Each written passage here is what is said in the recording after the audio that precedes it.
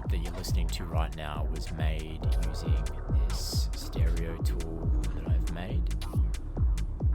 I've been using this myself to quickly create space and variation in my tracks, and today I've decided to give it to you for free. So stick around and I'll show you how it works. So I made this tool because I found myself constantly adding the same kinds of effects when trying to add stereo width to my sounds, and generally fiddling with the same kinds of parameters. And I also found that there's kind of a routine that I was getting into when I was trying to add variation to those parameters as well. So I made this tool really just to save time and get some more interesting results.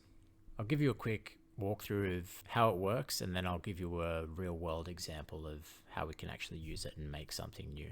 So as I'm sure you can see already, there's an echo and a reverb at the end of the chain here.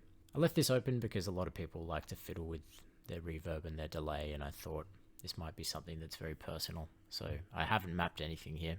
Most of the parameters that I've mapped are in this list of effects here. These are all mapped to these 16 dials on the effect rack. If you're an Ableton user, I'm sure most of these are pretty self-explanatory, so I won't go into detail.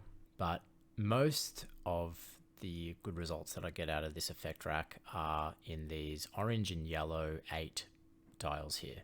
The first 4 orange dials here are mapped to these 2 LFOs, which are unsynced and mapped to the delay time, the left and right channel delay time.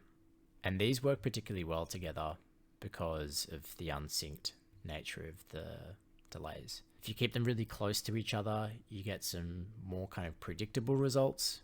But then if you separate them and spread those LFOs out a lot, you get some really interesting variations on the left and right channel.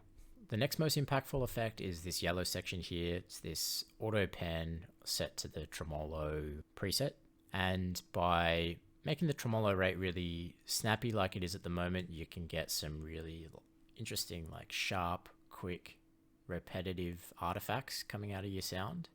And then making it slower, you tend to get kind of cuts in and out. Depending on how you alter the shape of the auto pan, you can also impact the way your sound sort of comes in and goes back out. But I won't go into too much depth here. I'll let you explore on your own. I might make one more quick sound and show you what kind of results you can get. So the loop that you heard already was made with some pretty basic material. I wanted something a bit different, so I put this drum break here through the effect. And I'll just shut up for a few minutes and fiddle with that and show you what kind of results you can get.